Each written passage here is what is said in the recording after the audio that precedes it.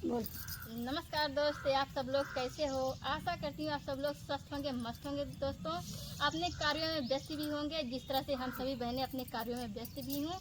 तो आज मैं बहुत प्यारा ये छोटा सा चुटकुला नाच गीत लेकर आई हूँ। सुनिए और बताइए कमेंट बॉक्स में। अब बुढ़ाऊ दादा हर एक जवानी आवती है भैया, बिल्कुल, कोई माध्यम पे गाना है। और देखा कैसे गले फांसी लगा है। कैसे तैयार हो तहाँ शादी भी गाना के माध्यम से सुनत जा।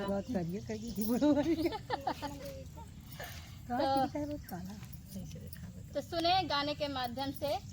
चलिए दीदी, चुटकुला नाच गीत। चलो धमाके।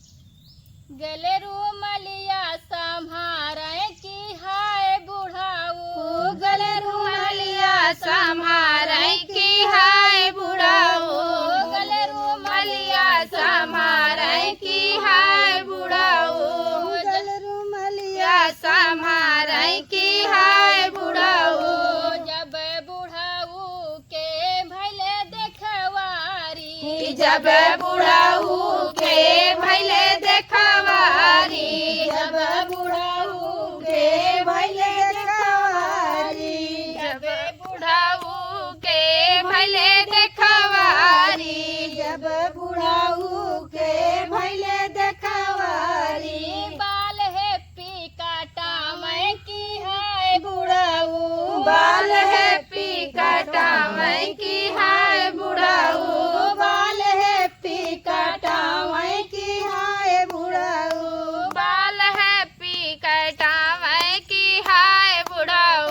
गले रूमालिया संभारे की हाय बुढ़ाऊ, गले रूमालिया संभारे की हाय बुढ़ाऊ, गले रूमालिया संभारे की हाय बुढ़ाऊ। जब बुढ़ाऊ के भैले बारीछा, जब बुढ़ाऊ के भैले बारीछा, जब बुढ़ाऊ के भैले बारीछा।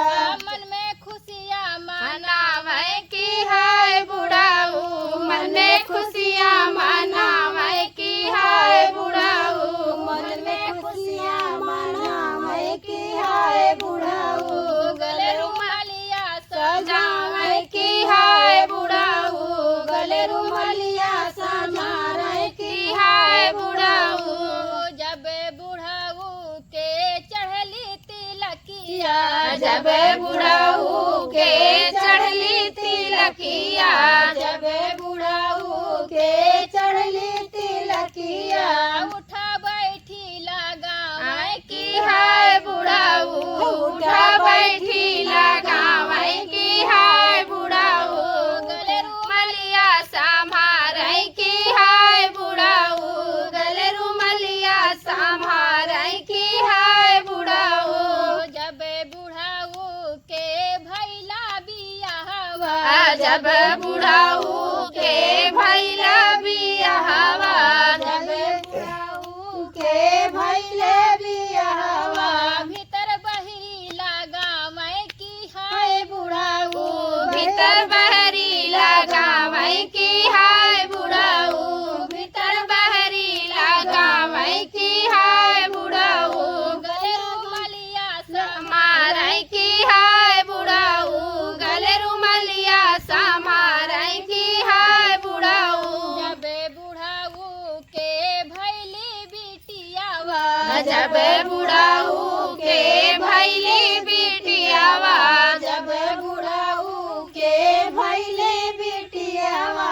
मुड़े हाथ धके रोवे की हाय बुढ़ाऊ, मुड़े हाथ धके रोवे की हाय बुढ़ाऊ, मुड़े हाथ धके रोवे की हाय बुढ़ाऊ।